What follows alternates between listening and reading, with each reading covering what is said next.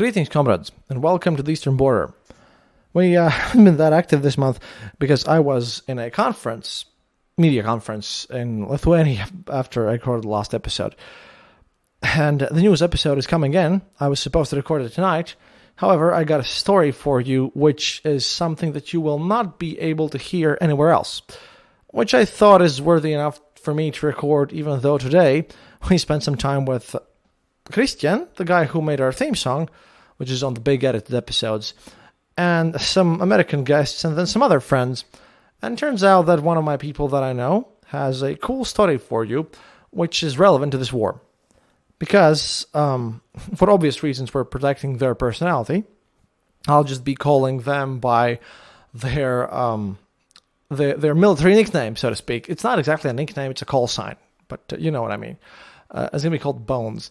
However, if you remember, I think about a year ago, like half a year ago, maybe, I think it was a while ago, basically, some people here in Latvia were arrested as they were accused of basically gathering people around for the Wagner group to serve in the Wagner group. And I have the story of a person who, well, despite them working in the military, it sometimes doesn't work out, and you do extra other jobs, and things happen. But well, we have the story of someone who has been actively searched out by the Wagner Group. And sure, Wagner Group's now gone.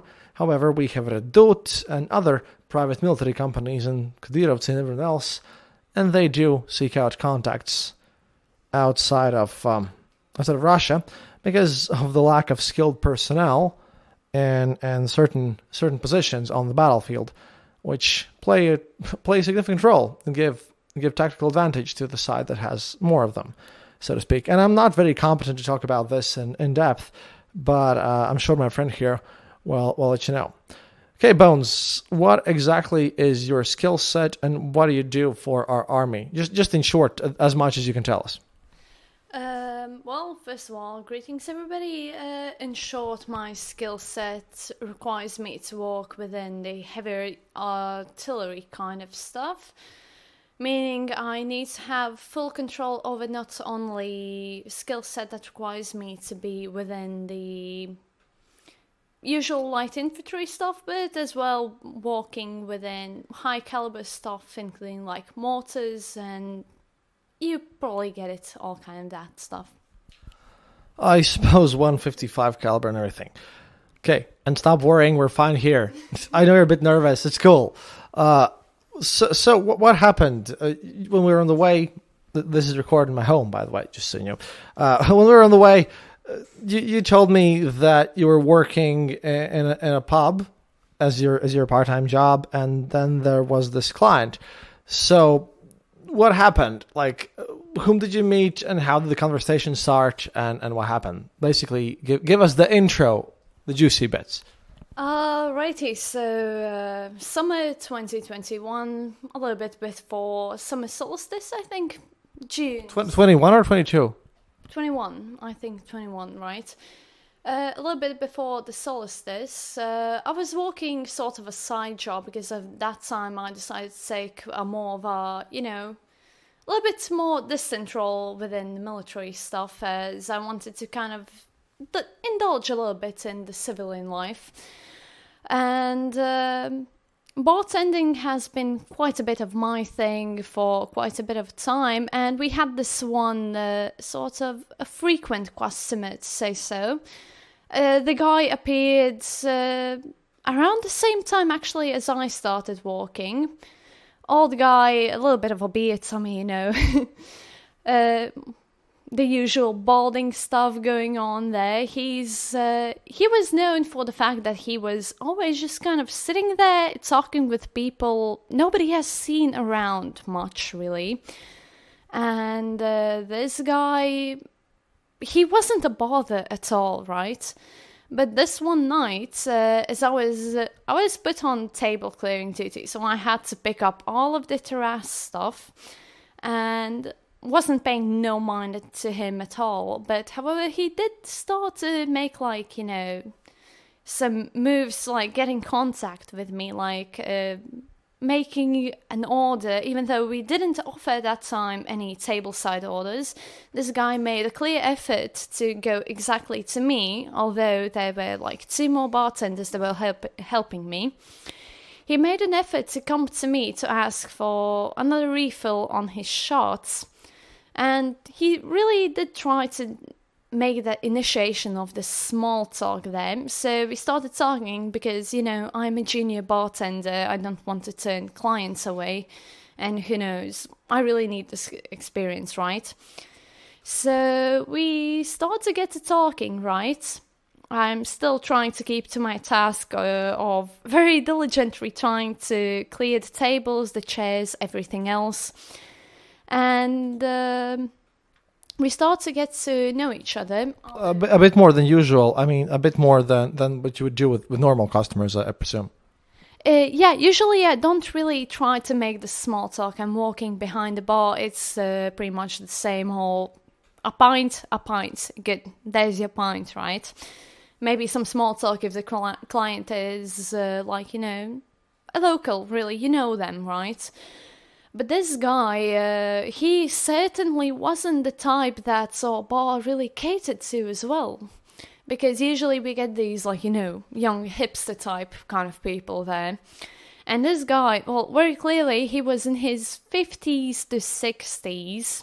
He certainly shouldn't have been there on his own choice, by what I'm guessing. So that was the first red flag to me. I'm just like, already, what is this guy doing here, ordering straight vodka shots at a bar that specializes in, well, beer, especially craft beer, right? So we talk, we go through the same old, customaries, like, hey, what's your name? What are you doing here? Why are you here? And he doesn't really want to reveal much about himself. All that he represented himself as was the nickname Volodya. Volodya is short for Vladimir, just so you know. It's Vovachka, also known as. So you know. Yeah, but we keep on talking. I'm trying to clear these tables. My manager is already getting quite a bit fed up with me because I'm taking a long time. And he suddenly mentions that, hey, well, you don't look like you really belong here. This isn't the place you usually walk at, right? Well, it's, 1 a.m. at that point in summer's night, so I'm like, well, yeah, this isn't like the place I'm used to, really. I walk in a completely different sphere. I'm just trying new things out, right?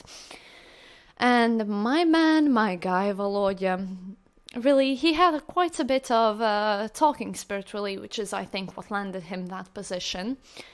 He starts asking me, really diligently. He's really trying to dig in there. Like, what are you doing? You look like, you look like a nifty little person. You're small by frame, but you do have quite a bit of a fighting spirit there. And, when somebody tells somebody that looks like me that, oh, you have quite a bit of a fighting spirit there, right?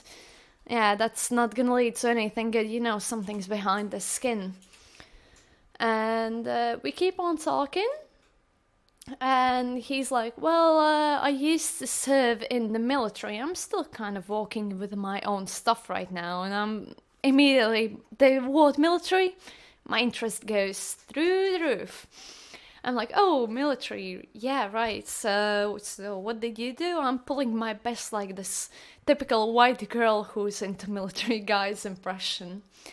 And as it turns out, he did used to serve in the Soviet army, and... That by itself would be like nothing unusual for people his age, just so you know. Just because if you're like 55 or 60, you're probably like my parents' age and you have served there. So that alone would not be suspicious, I think. But just have to mention this, that the fact that he mentions Soviet military specifically, yeah, that draws attention instantly, because everyone has done so since I was born in 1989. I'm 34 now, and people who are older than me definitely saw the end of the Afghanistan war and all that good stuff that came with it.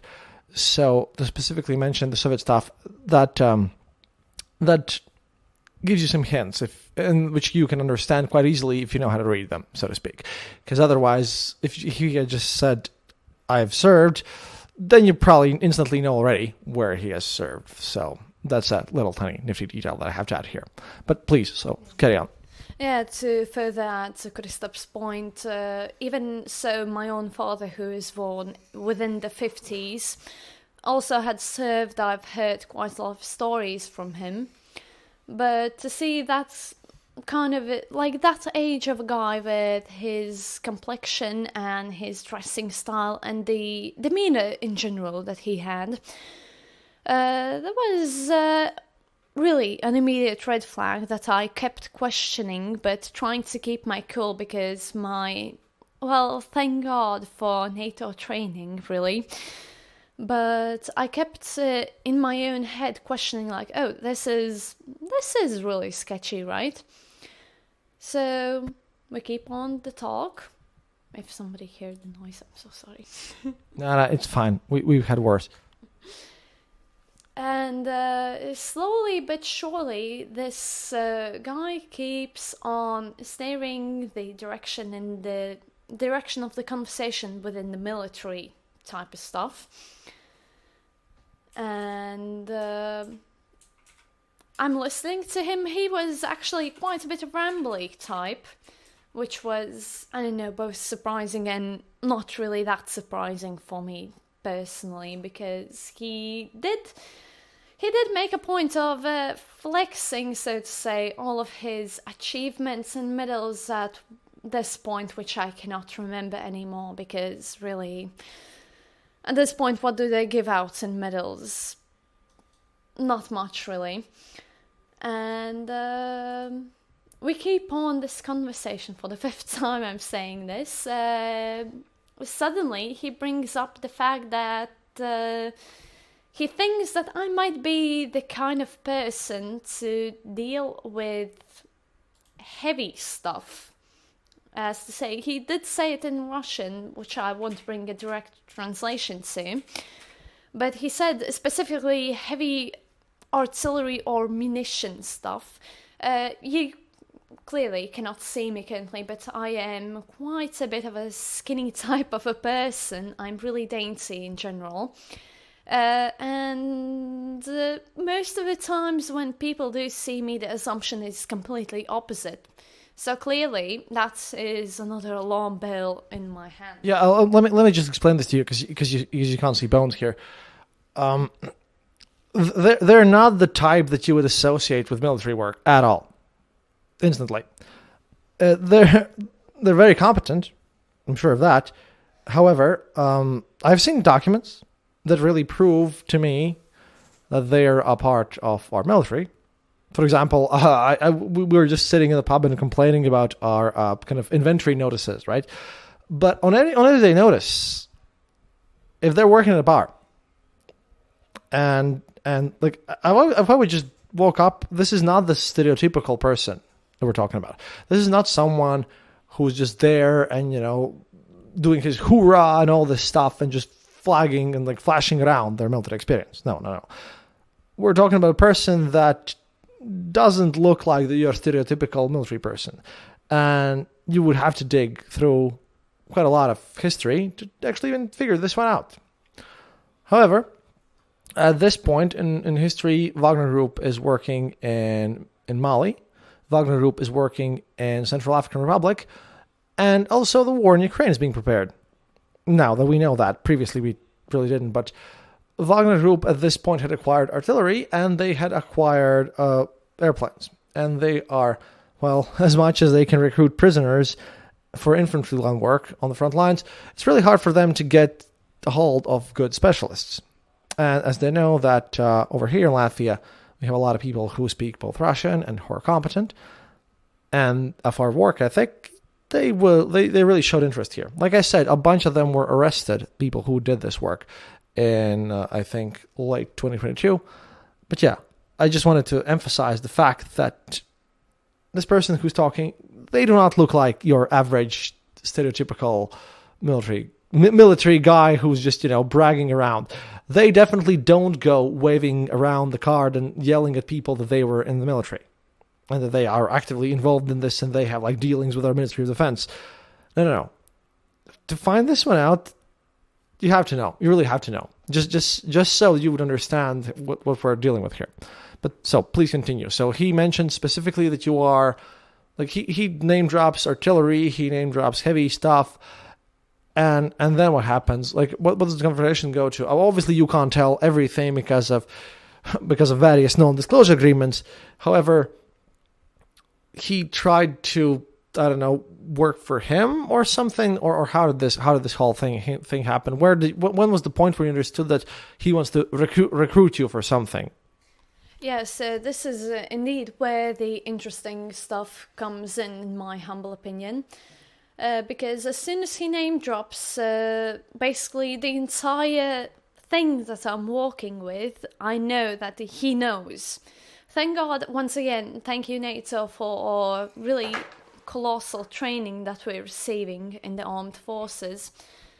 But as soon as this guy mentions that, I'm trying to play it cool. In my mind, I'm already like screaming pretty much because I'm quite young at this point. I've served 1.5, 2 years approximately in my service, right? I've already acquired the necessary training to be quite considerable in our armed forces, which I've been already warned against about at that point.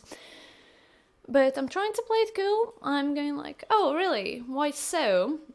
He lays down title, I just look like that, right?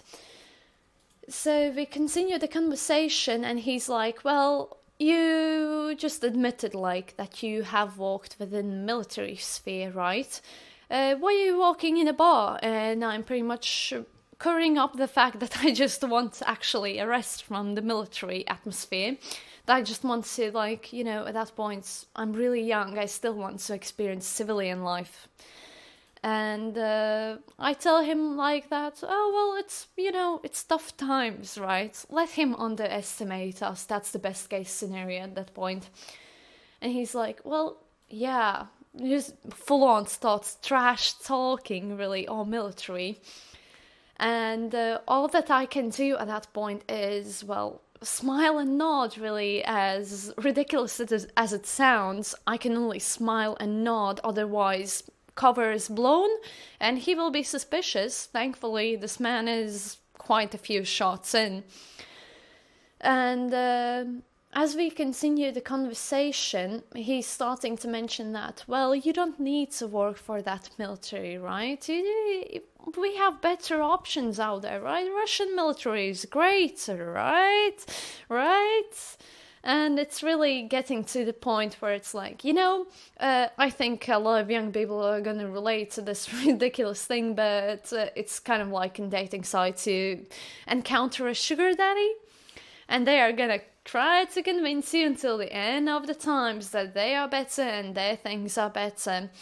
And you very well know that that isn't the case, right?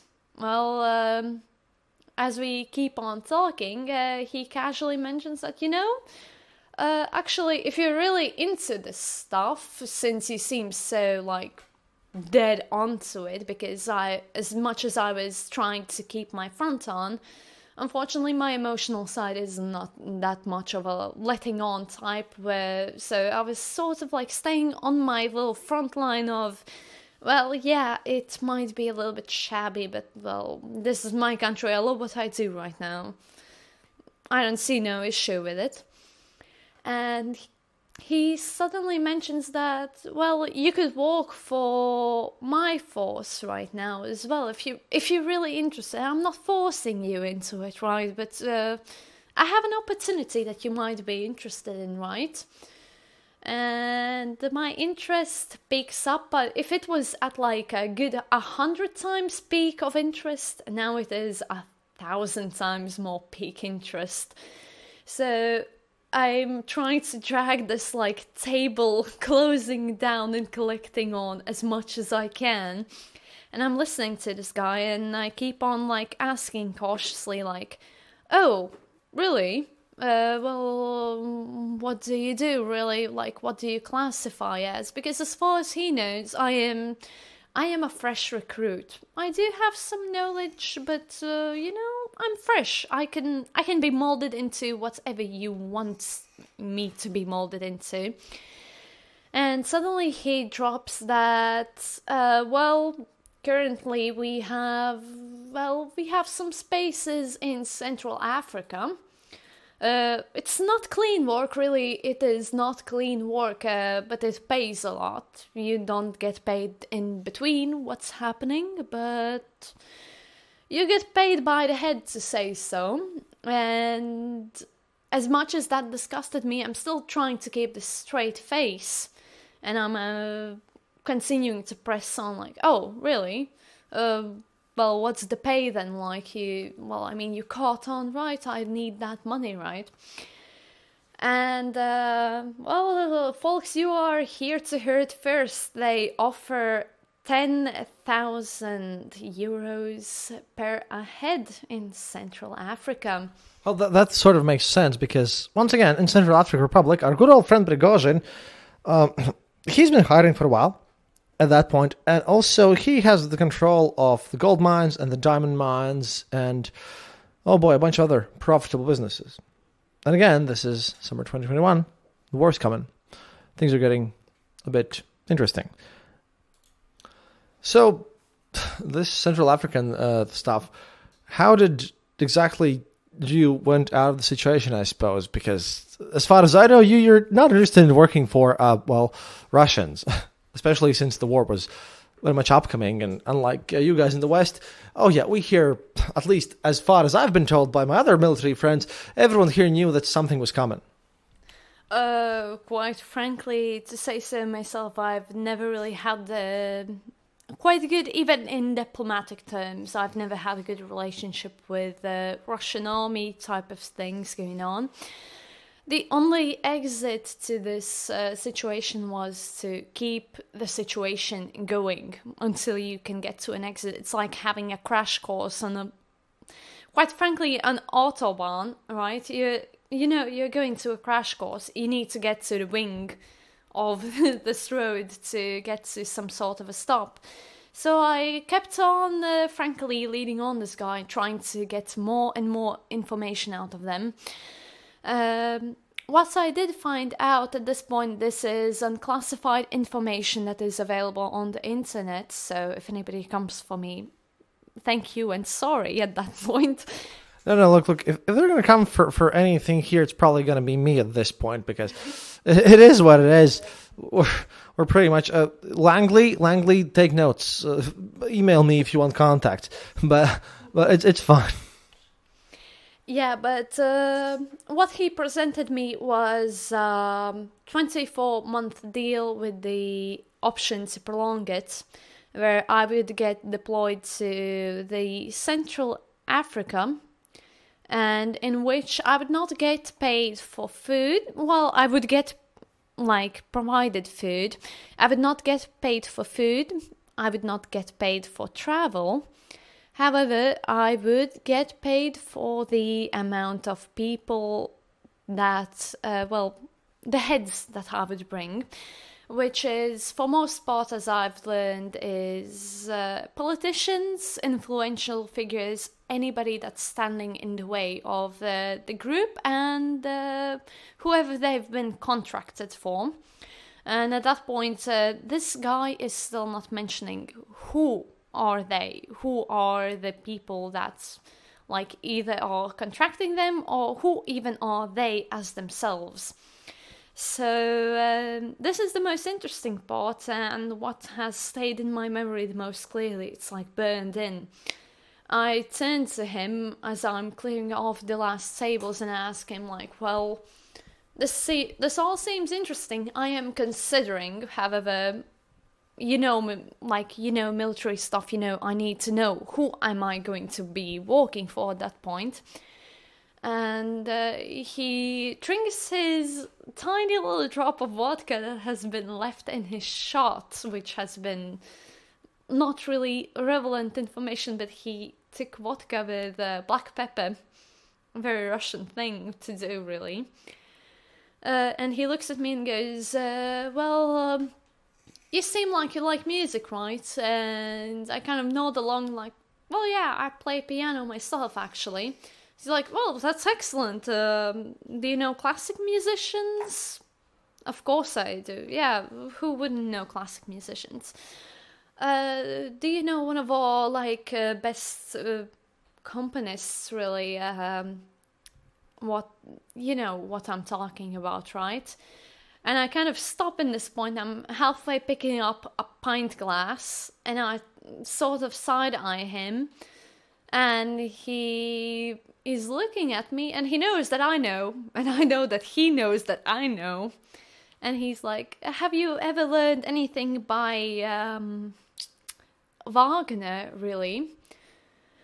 And I have this brief moment of silence where I understand, like, well, crap. Crap.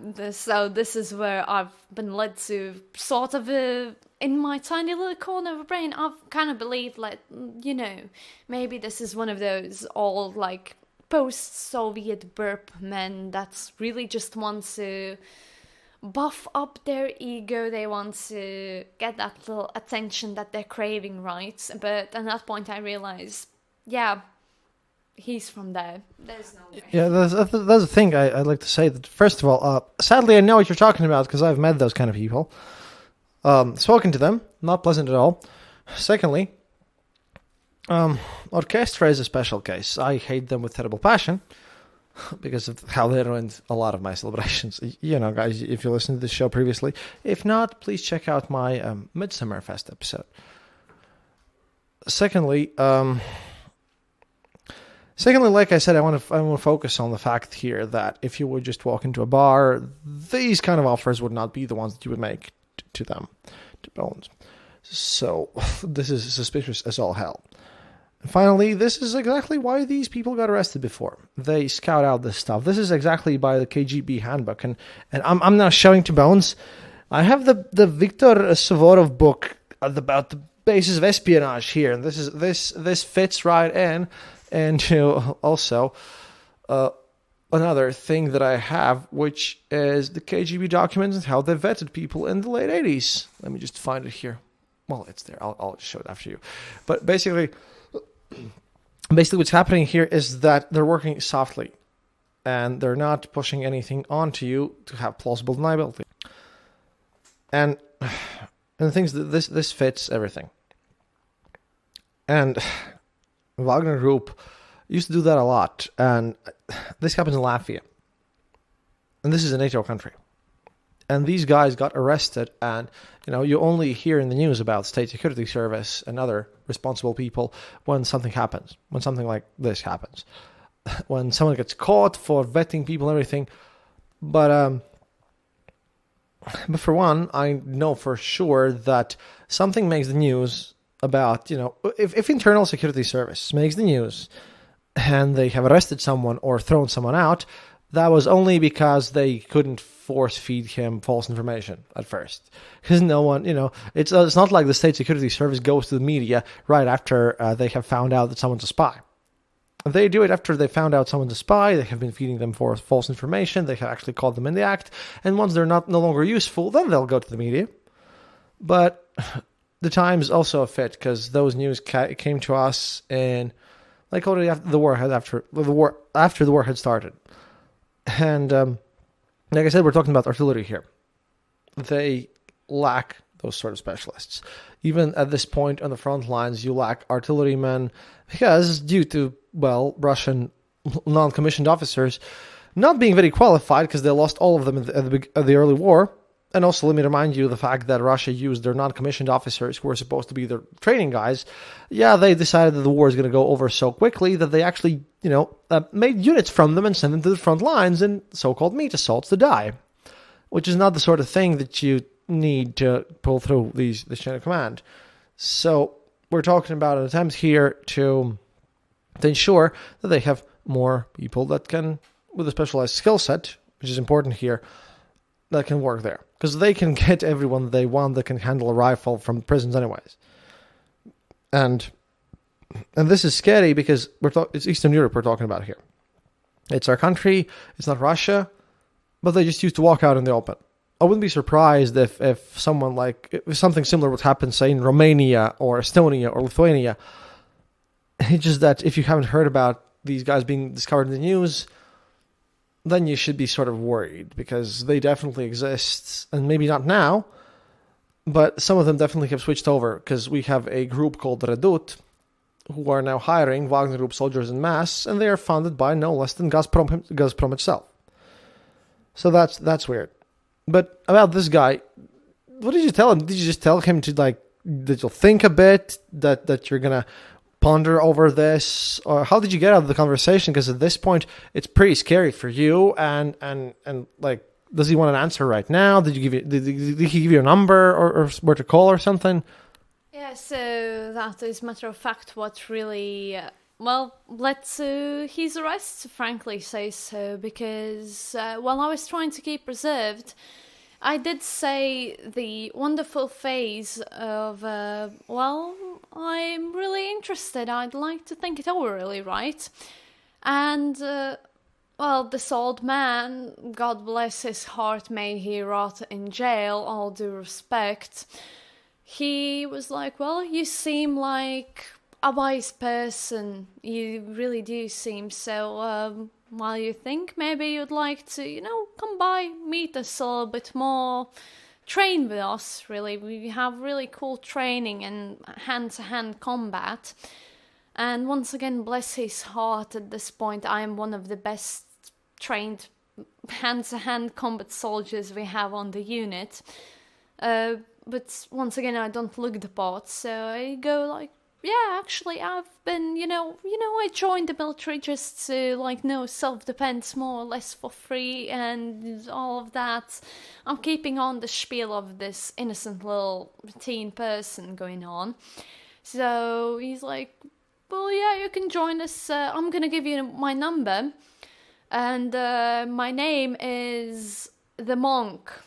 The Monk, what an epic nickname, really. I know my nickname at this point in my call sign as well is, well, quite a bit of a cringe fest and an epic fest as well.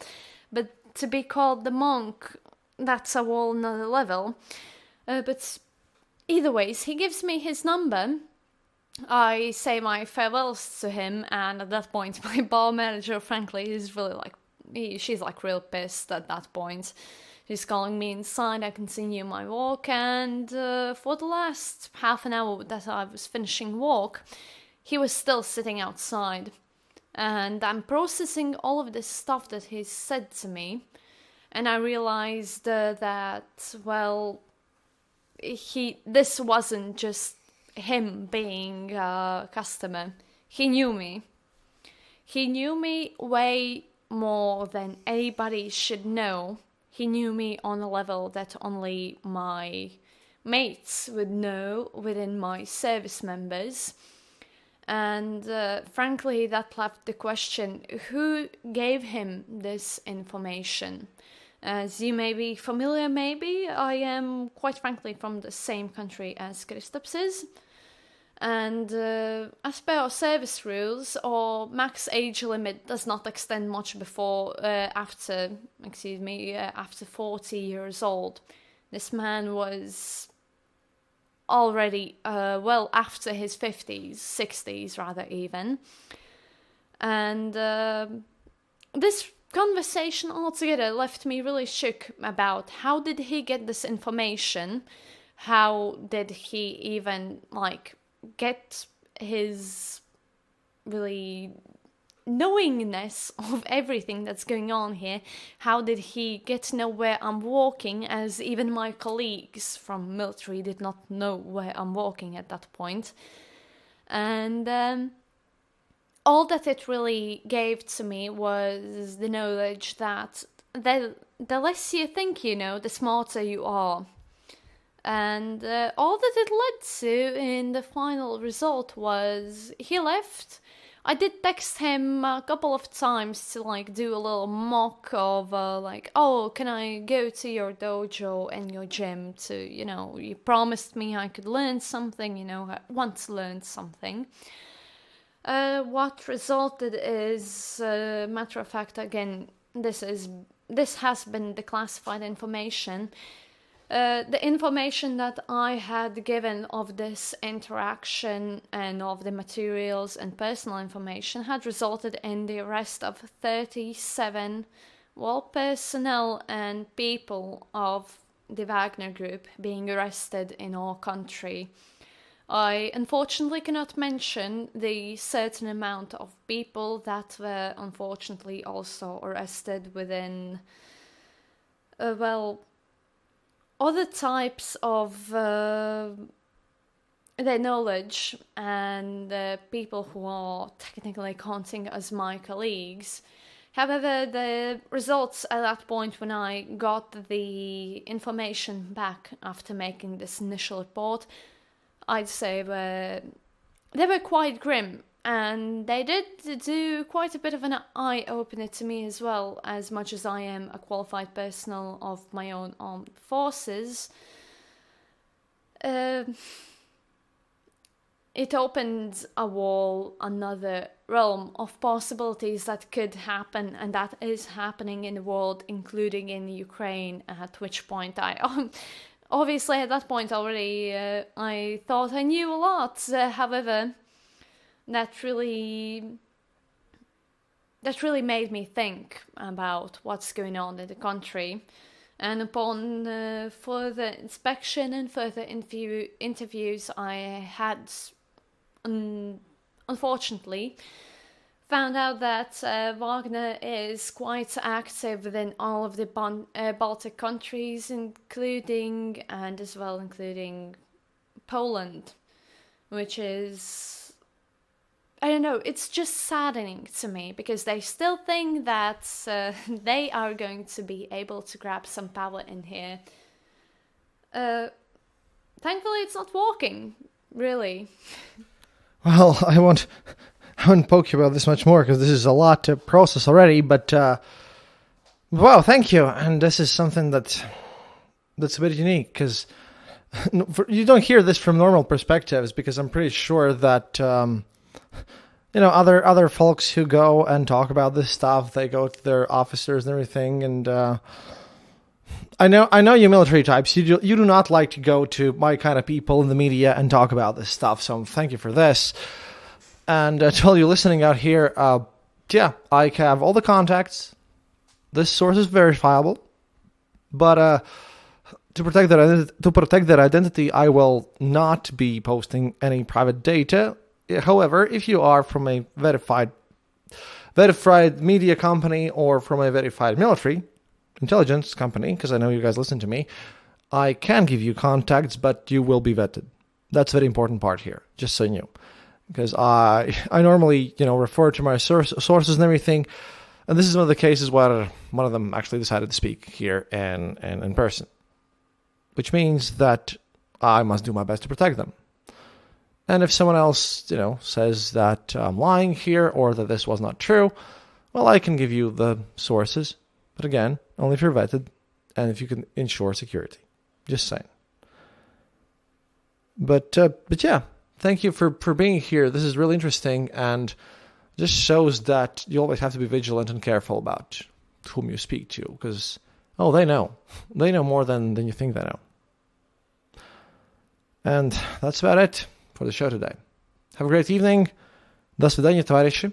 And please consider supporting this show on Patreon, patreon.com/theeasternborder, or just click the donate button on theeasternborder.le. And soon, we're going to be hitting you up with more news about Igor Girkin and everything else. But for now, always remember, happiness is mandatory.